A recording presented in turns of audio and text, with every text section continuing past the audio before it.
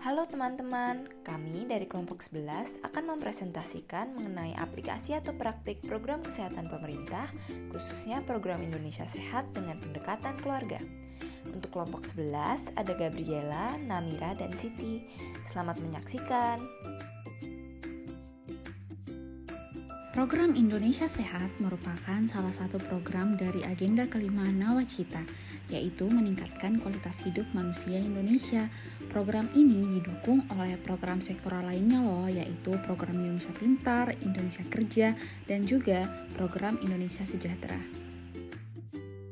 Sebelum mengetahui tentang ruang lingkup PISPK, harus diketahui bahwa Kementerian Kesehatan menetapkan strategi operasional pembangunan kesehatan melalui program Indonesia Sehat dengan pendekatan keluarga.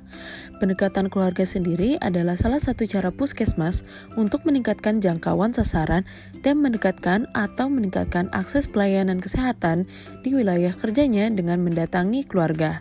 Puskesmas tidak hanya menyelenggarakan pelayanan kesehatan di dalam gedung, melainkan juga keluar gedung dengan mengunjungi keluarga di wilayah kerjanya. Menurut Permenkes nomor 39 tahun 2016 pasal 2, program Indonesia Sehat dengan pendekatan keluarga terdiri atas 4 area prioritas yang meliputi 1. Penurunan angka kematian ibu dan bayi, 2. Penurunan prevalensi balita pendek atau stunting, 3. Penanggulangan penyakit menular, khususnya HIV/AIDS, tuberkulosis, dan malaria. Dan terakhir, penanggulangan penyakit tidak menular, khususnya hipertensi, diabetes mellitus, obesitas, dan juga kanker. Secara umum, pelaksanaan program PISPK bertujuan untuk meningkatkan kemandirian keluarga dan masyarakat dalam mengatasi masalah kesehatan yang dihadapi, sehingga tercapai derajat kesehatan yang optimal. Secara khusus, tujuan penyelenggaraan PISPK adalah untuk meningkatkan akses keluarga beserta anggotanya terhadap pelayanan kesehatan yang komprehensif, mendukung pencapaian standar pelayanan minimal kabupaten atau kota, mendukung pelaksanaan jaminan kesehatan nasional, dan mendukung tercapainya tujuan program Indonesia Sehat.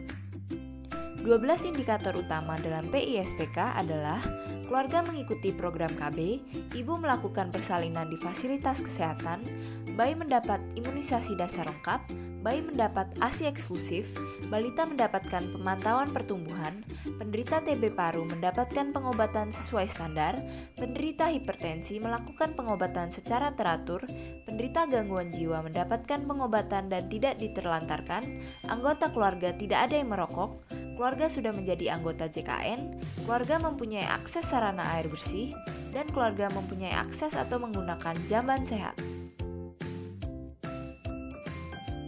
Pelaksanaan PISPK di tingkat puskesmas dilakukan melalui kegiatan melakukan pendataan kesehatan seluruh anggota keluarga, membuat dan mengelola pangkalan data puskesmas, menganalisis, merumuskan intervensi masalah kesehatan, dan menyusun rencana puskesmas, melaksanakan kunjungan rumah dalam upaya promotif, preventif, kuratif, dan rehabilitatif, melaksanakan pelayanan kesehatan melalui pendekatan siklus hidup, dan melaksanakan sistem informasi dan pelaporan puskesmas. Pelaksanaan PISPK oleh puskesmas akan berjalan dengan baik apabila dilaksanakan dengan langkah-langkah persiapan yang meliputi sosialisasi, pengorganisasian, pembiayaan, dan persiapan pendataan.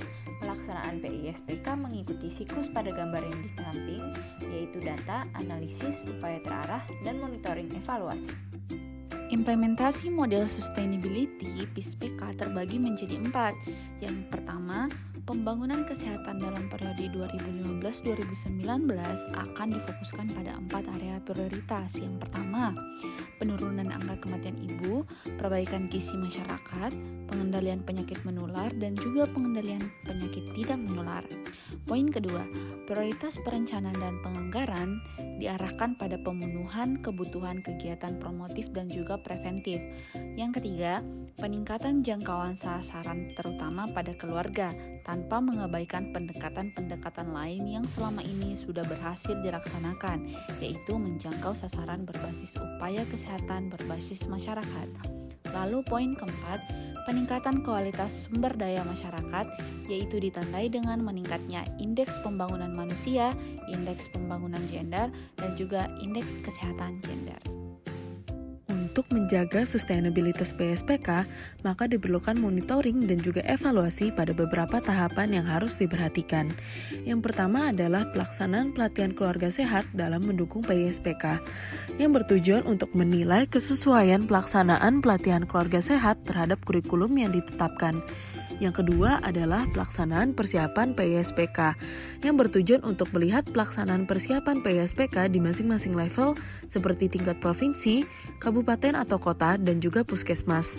Yang ketiga adalah pelaksanaan kunjungan keluarga dan intervensi awal PISPK, yang bertujuan untuk memantau pelaksanaan kunjungan keluarga yang dilakukan oleh tenaga kesehatan puskesmas.